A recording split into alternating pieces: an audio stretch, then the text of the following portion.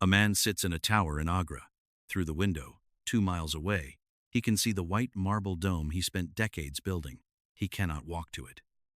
He has been looking at it for 8 years. This is the Mughal Empire, the wealthiest empire in human history. 150 million people, one throne. In this empire, nobody owned what they built. Not the peasant, not the general, not the man in the tower. 10 ranks, one system, none of them free. Level 1, the Rayat. You are in a field outside Agra at dawn. The soil belongs to someone else. So does a third of what you are about to plant. You know this, the way you know the shape of your own hands, not from a document, not from a conversation with any official, but from the season you turned 14 and worked your first full harvest beside your father. 1/3 leaves, it always leaves. The fraction was fixed by decree before you were born. Akbar's revenue settlement calculated it against the average yield of the past 10 years, not the harvest you actually bring in. A good season produces a surplus you cannot keep. A poor season produces a deficit you still owe. The man who collects it is called the zamindar. You know his name. You have spoken to his agent once, when you disputed the measurement of your eastern field. The agent listened. He recorded something in a ledger. You don't know what. The fraction didn't change. The empire calls you a riot. The word is Arabic ra'iyah, and it means, roughly, a flock. Not as an insult, as a category. You are part of the managed population, enumerated, assessed, your output folded into the revenue schedules that determine what the empire can build and where it can expand. The Mughals did not invent this word. They imported it along with the administrative system that made it useful, and they used it in every revenue ledger from Kabul to Bengal. When the British arrived 2 centuries later, they kept the word and kept the system. Some arrangements are too useful to abandon. By the time you reach your 40s, you understand something about how assessors work. They arrive with ledgers measuring the field with a rope, recording a number without looking up, and they do not ask your name. They ask the village headman's name. The village is the unit of assessment. If the total falls short, the zamindar is responsible for the gap, and the zamindar makes his own arrangements for who covers it. The math always works in one direction. From where you stand this morning, past the far edge of the field, the Yamuna is a thin silver line running east. You have lived outside Agra your entire life. You have never crossed that river. There is a city on the other side, a fort, they say, visible for miles. You don't know what it looks like. There has never been a reason to go. You don't know the name of the man who ultimately receives your grain. You don't know where it goes after the zamindar's hands. The system doesn't require you to know. It requires you to continue. Level 2, the Karagar. You continue, but differently. Not in a field, in a workshop, under a roof that was standing before your father was born. Your hands know exactly what they are doing. They have known for 20 years. You are a weaver in the Imperial Karkhana outside Agra, one of hundreds of state workshops the Mughal court maintains across the subcontinent. From the silk mills of Bengal to the armories of the Deccan, the Karkhana is organized. It is permanent. It is warm in winter in a way no field ever is. The looms start before sunrise. By mid-morning, the air is thick with thread dust and the sound of shuttles, a sound you stop noticing sometime in your 3rd year here. That is what 20 years of a sound does. The silk you work with arrived last week from Gujarat merchants, assessed, weighed, and entered into the workshop ledger before you touched it. Your quota this week is 40 yards of finished cloth, 6-inch border, imperial pattern. You will produce 40 yards. You have not produced less since the year you turned 17 and fell ill for 3 weeks. And even then you worked through the rest of the month to close the shortfall before the assessor returned. Your wage is fixed by imperial decree. It does not change when you exceed quota. It does not change when the court inspector pauses at your loom as he did last spring and examines the thread count with the kind of attention that, in some other arrangement, might mean something more. He recorded the quality grade. He did not record your name. He moved on. The man at the next loom has been weaving imperial silk for 31 years. He is the finest in the Karkhana, the workshop master. Said so in front of the same inspector who did not write down his name. His wage is identical to the man who arrived 3 months ago. You have watched this long enough to understand what it means.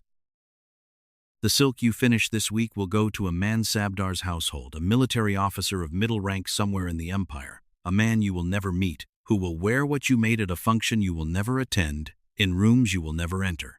The distance between your hands and the person your hands work for is total. In the Mughal Empire, this distance is not a flaw. It is the design. Records suggest approximately 4,000 builders worked daily on the Agra Fort during Akbar's reign. 8 years of continuous construction on the 94-acre imperial complex that rises a mile from where you now sit, according to Smithsonian's account of the fort's history. Their work is visible from any approach to the city. Their names do not appear on the walls or in any record of the construction. That is not neglect. The empire has a precise capacity for measurement, yards of silk, quality of seam, output per loom, and it measures what it needs. It does not need your name. Your hands made things that will stand for centuries. The system doesn't require you to be remembered. It requires you to be good at what you do. The two things have nothing to do with each other. They never have. Level 3. The Saraf. You have money. In the Mughal Empire, money and power are not the same thing. The distinction matters in ways you have come to understand very precisely. Your counting house sits 2 streets back from the main road through Agra, close enough to hear the processions when a high-ranking official passes, far enough that nobody from those processions has any reason to notice your door. You have watched them from the same threshold for 12 years. Mounted escort, painted palanquin, servants carrying rank insignia. You know which officials are ascending and which are not. You know because they borrow from you before a court appointment and repay within the month. The ones who don't repay within the month are a different kind of information. The empire moves on coin, officially silver rupees standardized by Akbar, the most reliable currency in Asia. But coin is heavy, and the empire is vast, and nobody ships coin across the subcontinent if they can help it. What moves instead is paper. A hundi, a bill of exchange drawn on your house in Agra, honored by a correspondent in Delhi or Bengal, with no silver changing hands at all. According to Britannica's records of Mughal administrative practice, most mansabdars above the lowest ranks relied on local moneylenders and currency dealers to remit tax collections precisely this way. Private bills of exchange, not cash shipments. The empire's revenue system runs on infrastructure it declines to formally acknowledge. The Ain-i-Akbari, Akbar's great administrative record, compiled through the 1590s documents, 33 grades of military rank. It records the dimensions of the imperial kitchen. It records which days the emperor abstains from meat. You appear in the revenue mechanics and the explanations of how money moves from province to treasury. You are not assigned a rank. You are the plumbing. The empire has excellent plumbing and no ceremony for it. The mansabdar who borrowed from you last spring has not acknowledged you in public since the transfer. This is not unusual. The social grammar of the empire has no vocabulary for a man of his station carrying a debt of consequence to a man of yours. When his procession passes your street, he looks forward. You look at him. Your ledger says he owes 40,000 rupees. The street says nothing. His rank provides the order that makes your business possible. Your money provides the liquidity that makes his rank functional. Neither of you says this aloud. The empire runs on exactly this kind of silence. From your doorway, you can see all the way up the hierarchy. The view only goes one way. You are necessary. You are not welcome. The empire runs on this distinction. Level 4. The Zamindar. You are the face of the empire to the people below you. They know your name. The emperor does not. Your father held this position before you, his father before him. In Bengal, the zamindari is hereditary, passed down not as property exactly, but as a right of collection that the state has found more efficient to leave in the same family than to reassign. The Mughal administration recognizes the efficiency of this. You recognize what it means. For the first time in 4 levels of this hierarchy, something has been inherited. It is not land. It is the right to stand between the state and the cultivator, and to be the person who decides, in practice, what that boundary looks like. Your official function is to collect the state-sanctioned revenue from the riots in your jurisdiction and remit it upward to the Jagirdar's agents. For this service, you retain 10% of the gross, not 10% of profit, not 10% after costs, but 10% of everything that passes through your hands. This is not a favor. It is the mechanism. The Britannica entry on the Mughal Zamindar describes the Bengal arrangement plainly. A hereditary tax collector who kept 10% of the revenue he collected. The number is clean, the practice around it is less so. The harvest this season was poor, the rains came late. As you warned the headmen they would in June, and the yield on the northern fields ran roughly a quarter below the 10-year average used to set the assessment. The assessment did not adjust. Assessments are set against the historical average, not the actual year, a system designed to smooth the state's revenue against seasonal variation, which means the variation lands entirely on the cultivator. The target is fixed, the fields are not, which means the shortfall lands on you first before it lands on anyone else. You have 3 families in the northern cluster who cannot meet their full share this season. You know their circumstances. You have known these families your entire life, which is not the same thing as having any useful options regarding them. The Faudar's letter arrived last week, as it does every quarter. Full submission expected, no noted exceptions. A letter like that does not leave room for the specific details of the northern field.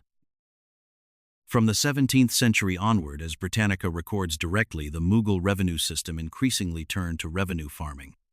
The right to collect taxes from a given area auctioned to whoever bid highest, those buyers then recovering their investment through collection methods the state did not closely supervise.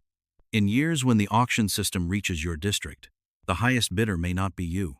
He will be someone from outside the village, with no name the ryots recognize and no particular interest in how long they continue farming the following season. According to Britannica, this practice often placed heavy burdens on cultivators. The phrase is accurate. It understates the mechanism. You fill the Faudar's ledger. The 3 families from the northern cluster are listed at their full assessment. You have made your own arrangements for the gap arrangements that will take the rest of the agricultural year to settle, quietly, in ways that do not appear in any document. To the north, past the range of any view from here, is Delhi. You have not been there. You have a reasonable sense of what it looks like from the reports that move through the district, the Red Fort, the Jama Masjid, the court where the emperor appears at his balcony each morning for the people assembled below. You understand the direction of everything, just not from that direction. Every year, through your hands, this empire feeds itself, and yours. You have not found a way to feel troubled by this, and you are not sure you have tried. Level 5, the Mansabdar. You have a rank now. You have a number. In the Mughal Empire, a number is not nothing, but it is not what you think it is. Your number is 320. That is your Mansab, the grade within a 33-tier system running from 10 at the lowest to 5,000 at the highest. Each tier calibrated to the number of soldiers you are obliged to maintain, the size of the jagir assigned to fund them, and the obligations you owe the empire in return. 320 sits in the lower third. It is not a small thing to have reached it. Most men in this empire never receive a number at all. The assignment came through the Diwan's office in Delhi, a formal document, sealed, specifying your rank, the Jagir district allocated to support it, and the military obligations attached. You have been to Delhi twice. Both times, the scale of the court surprised you, the layered protocol, the practiced distances between people, the way men of high rank speak to each other while appearing to address the air just past the other's shoulder. You understood something on the second visit that you had only suspected on the first. The court is not a place where loyalty is recognized. It is a place where loyalty is audited. Your Jagir is a revenue district, not land you own, but land whose tax receipts have been assigned to you in exchange for your military service and court obligations. The distinction matters. As Britannica states directly, administrative control over land and people remained with the state, and Jagirdars exercised no ownership rights. You collect what the riots produce. You remit to the treasury. You keep the remainder to maintain your soldiers and your household. The math works, most years, if the harvest is adequate and the audit doesn't arrive in a poor month. The soldiers you maintain are 33 men below quota this season, a gap from a campaign in the Deccan that thinned the ranks before resupply arrived. You are working on the replacement. The auditor is expected in 6 weeks. This is the texture of middle rank, not strategic command, not proximity to power, but the continuous management of a gap between what the number requires and what the reality provides. Britannica describes the Mansabdar class directly. Though they were usually aristocrats, they did not form a feudal aristocracy, for neither the offices nor the estates that supported them were hereditary. The sentence is precise. It describes what the system is not, which is the clearest way to describe what it is. What it is, a rank that exists for your lifetime, revocable, audited, and completely non-transferable. When you die, the Jagir returns to the state. The arrears are settled at what Britannica documents as a death duty that recovered everything outstanding, effectively a return to zero. Your son does not inherit your rank. He inherits nothing from this system. He may apply. He will start at 10. You have been to Delhi twice. You understand now why the court is organized the way it is, why no single man accumulates enough across generations to threaten the center, why the foreign-born hold roughly 70% of Mansabdari ranks under Akbar, why the system is designed so that everyone, always, is beginning again. You understand this. You do not have a word for what you feel about it. You serve the empire with everything you have. When you die, everything you have returns to the empire. This is not a contradiction. This is the design. Level 6. The Faujdar. The design, at rank 500 and above, has an additional feature you did not fully appreciate from below. It watches you back. Your appointment came from the provincial governor, a formal commission, placing you as the district military officer of a Suba you had never visited before the posting. You arrived in the dry season, assessed the garrison, reviewed the revenue rolls, and understood within 3 months that the district had been underfunded for longer than anyone in the official correspondence was willing to say. The walls of the garrison post needed repair. The payment schedules for the cavalry units ran 2 months behind the standard. None of this appeared in the documents you inherited. Documents in this system record what is owed, not what is missing. The auditor arrived on a Tuesday, unannounced, which is the only way auditors in this system arrive.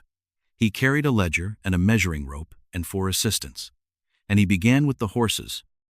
Your rank requires you to maintain 540 horses. He counted 497. The difference is 43, a number that came from a campaign in the Eastern District 8 months ago, where a skirmish cost you mounts faster than the Jagir's revenue could cover replacement. You have been managing the gap since then, prioritizing the cavalry rolls over the infantry count because cavalry is what auditors count first. This calculation turned out to be correct, and also insufficient. He wrote 43 in the ledger. He did not ask why. The ledger does not have a column for why. You have 30 days to provide a written explanation to the provincial office, which will forward it to Delhi, where it will be read by someone who has never been to this district and will not visit. The explanation will be noted. The 43 will remain in the record. This is the texture of middle command. Not strategy, not proximity to the court, but the continuous management of a shortfall that the system acknowledges only as a number and never as a circumstance. In your district, the revenue farming arrangement was in place before your posting. The collection rights for the northern villages auctioned to a private contractor before you arrived. His recovery methods outside your jurisdiction, what reaches your treasury, a number you did not set and cannot adjust.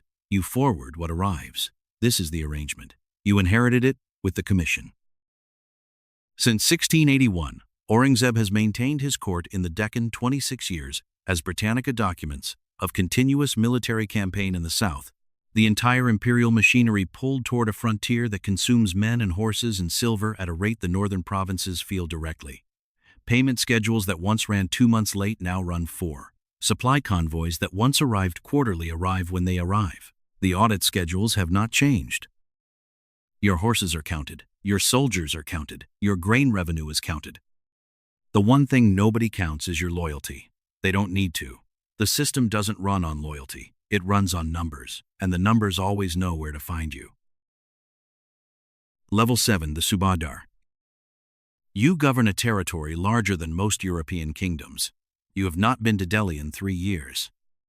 Your Suba, one of 21 provincial divisions of the empire, stretches across several hundred miles of roads, rivers, garrison towns, and agricultural districts, each with its own revenue rolls, its own zamindars, its own accumulated disputes that were unresolved when your predecessor left and remain unresolved now.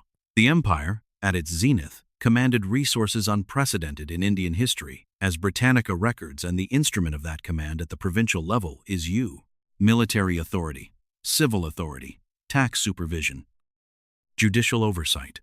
The commission gives you all of it. What the commission does not give you is anyone at the center who fully trusts you with it. This is the catch, tutu of high provincial command, and it has no solution. You are far from Delhi, which means you must build relationships with local zamindars, merchants, and garrison commanders to govern effectively, because the alternative is to govern nothing but the document in your hand. But building those relationships is called patronage, and patronage, seen from Delhi, looks like the early architecture of a power base. The court has watched Subadars build power bases before. The court knows what that leads to.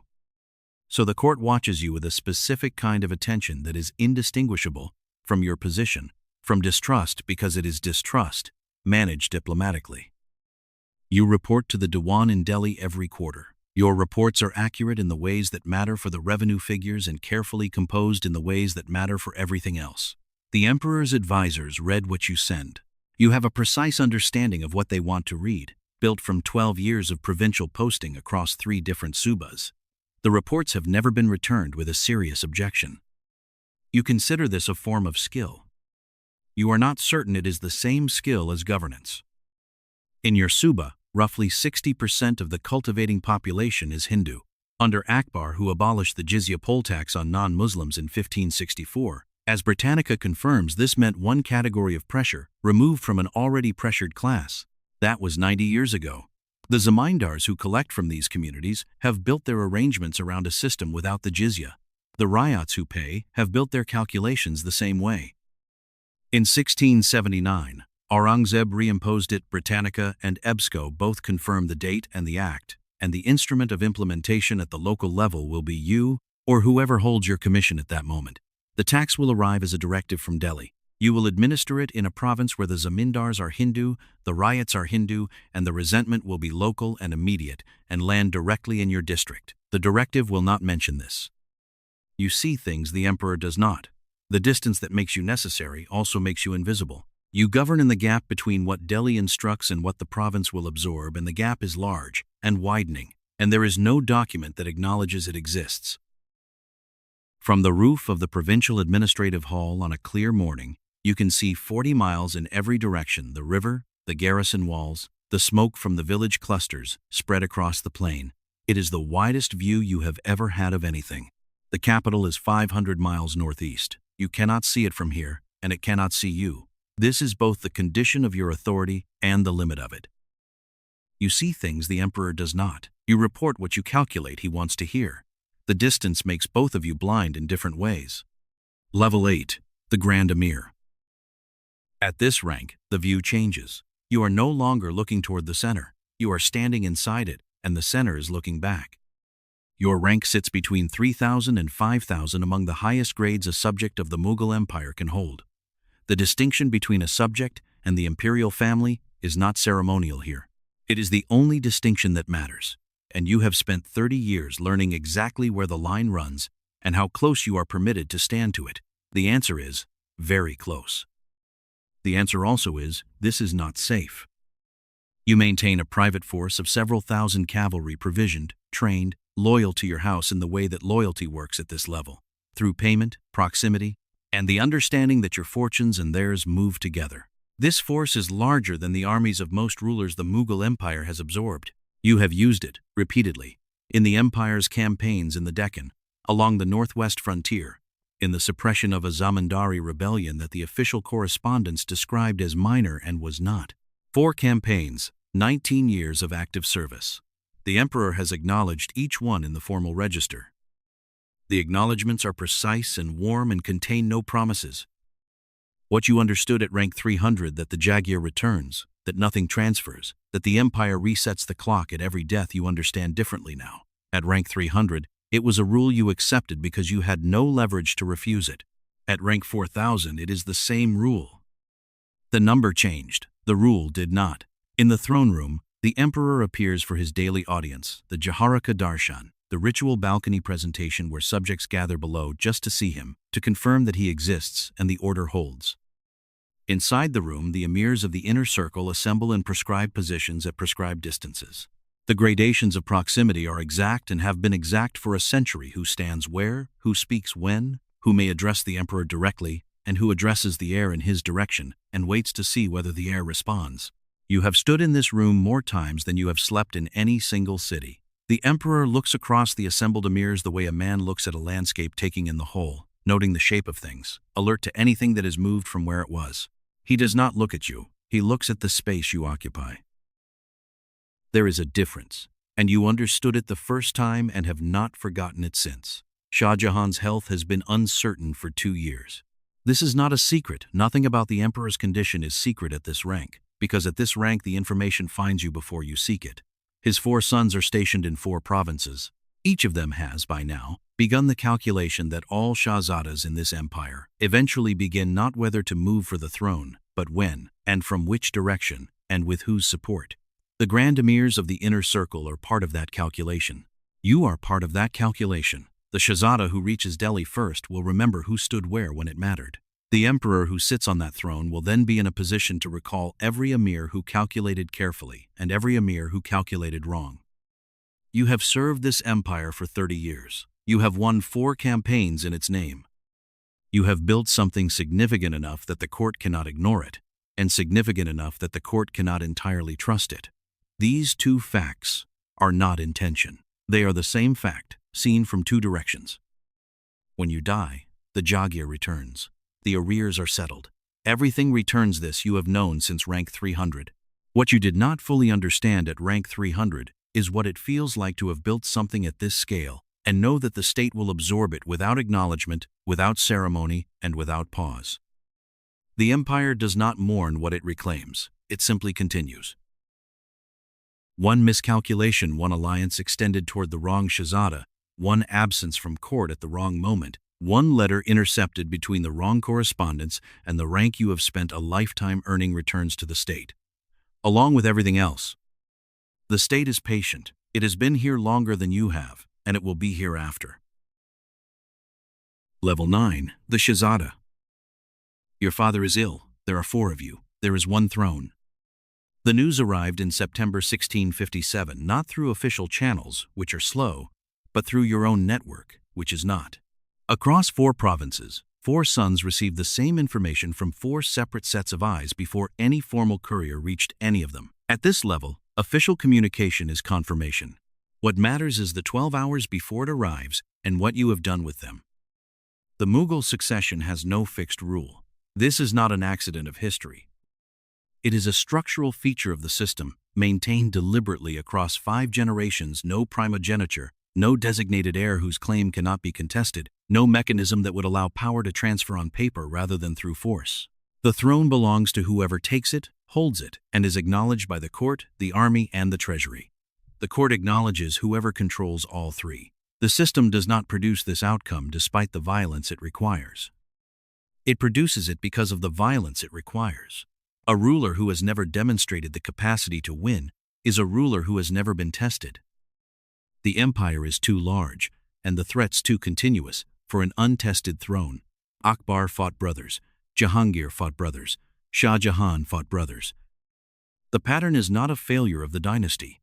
It is the dynasty. There are 4 of you in 1657. Dara Shikoh, the eldest, is at Agra nearest to the father, named as preferred heir in the court correspondence, which means he holds a designation your father made, and you do not recognize as binding. Shah Shuja is in Bengal. Murad Bakhsh is in Gujarat. You are in the Deccan, with the largest experienced army of the 4, and you have been in the Deccan long enough to understand that distance from Delhi is not a disadvantage when your army is ready and your brothers are not. The Grand Emirs are calculating. You know this because you are calculating the same thing about them: which houses will commit early, which will wait to see which direction the wind is running, which have already sent cautious letters to multiple Shahzadas, and are hoping the winner will not compare correspondence. The men who decide late decide badly. The men who decide early, correctly, become the foundation of the next reign. The men who decide early, incorrectly, become the first examples the new emperor makes. By May of 1658, the decisive engagement has been fought at Samagar, outside Agra, where Dara's forces broke before yours. Britannica confirms what followed. Aurangzeb emerged victorious and, in 1658, dethroned Shah Jahan despite his recovery from illness and confined him in Agra Fort. The victory was complete.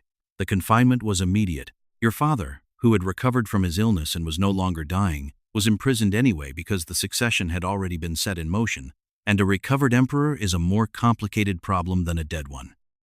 What happened to Dara Shikoh next is recorded in contemporaneous accounts of the period. He was captured, tried for apostasy, and executed. According to those accounts, his head was subsequently delivered to Shah Jahan in his confinement at Agra Fort. The accounts are consistent in their outline. The system that produced this outcome is consistent too. It has produced versions of it before, and it will again. You did not choose to be born into this family. You did not design the succession rules that required this. The system was here before you, and it will be here after, and it required a particular kind of person to reach the throne and a particular set of actions to stay on it. The throne is no longer empty. You know what the system required. You provided it. The view from the throne is not what you expected, but you are not sure what you expected, and you have not had time yet to consider the question. The empire does not pause for reflection. It has 400 districts, 33 grades of military rank, 21 provinces, and a treasury that must be replenished by the season. You will address these things. There is a father in a tower in Agra. You will not address that. 10. The Padshah. There is a tower in Agra. Your title is Zilli Ilahi, shadow of God on earth. It is not a metaphor. It is the operating premise of the empire, that the distance between divine order and human governance is bridged by your person, and that what you decide is therefore not merely policy but the closest available approximation of cosmic will. For 30 years, this premise organized 150 million people across a subcontinent. It organized them extremely well. Each morning before this, you appeared at the balcony of the Jaharaka Darshan, the ritual appearance that allowed the subjects assembled below to see you and confirm that the order held. Thousands came. They came from the city and the outlying districts to stand in the courtyard and look up. You looked out. No one touched you. The distance between you and every other person in the empire was total and was maintained with great precision, because the distance was part of what you were. Economic historians estimate that under your reign, India controlled roughly a quarter of global GDP, the largest share held by any single empire at that moment. You built the Red Fort. You built Shah Jahanabad, an entire capital city. Records suggest approximately 20,000 workers built the Taj Mahal over 22 years, the mausoleum you commissioned when Mumtaz Mahal died in 1631, completed in 1653. You spent 2 decades building the most recognized monument to love in human history. This is what the shadow of God on earth could do with time and labor and silver. In September 1657, you fell ill. By 1658, as Britannica records directly, Aurangzeb had dethroned you despite your recovery and confined you in Agra Fort. The tower is called the Musamman Burj. It is octagonal, with a balcony. As Smithsonian Magazine documented in its account of the fort, Aurangzeb jailed you here in a tower with a balcony that overlooked your precious Taj Mahal. 2 miles across the flat Indian plain. On a clear morning, which most mornings are before noon, the white marble dome is visible. You looked at it from a field once if you had been born in a field, which you were not, but someone was, every season within sight of the river. You looked at it from a workshop door, from a counting house threshold, from a district roof, 40 miles of province spread out below. At every level of this empire there was a horizon. There was always something on the other side of it that defined where you stood. Here the horizon is 2 miles away. You built what is on the other side of it. You have not touched it in 8 years. Your daughter Jahanara stayed with you voluntarily in this tower. She did not have to, and she did. And this is one of the few things in the historical record of your confinement that requires no explanation. On January 22, 1666, as Britannica confirms, you died in Agra Fort. You were carried to the Taj Mahal and interred beside Mumtaz Mahal. You built it. You could not visit it while you lived. You entered it when you were dead, placed there by the son who put you in the tower. The shadow of God on earth could not walk 2 miles. You were born in a field outside Agra. 1/3 of your grain left before you ate. You never learned the name of the man who received it or what he built with it, or what it cost him in the end. He built the Taj Mahal. His son put him in a tower 2 miles from it. He looked at it every morning for 8 years. He did not reach it until he was dead. Neither of you owned what you made. Neither of you chose what the system required. The system does not ask. It distributes weight at the bottom, slowly, at the top, suddenly. The cycle continues. Whew.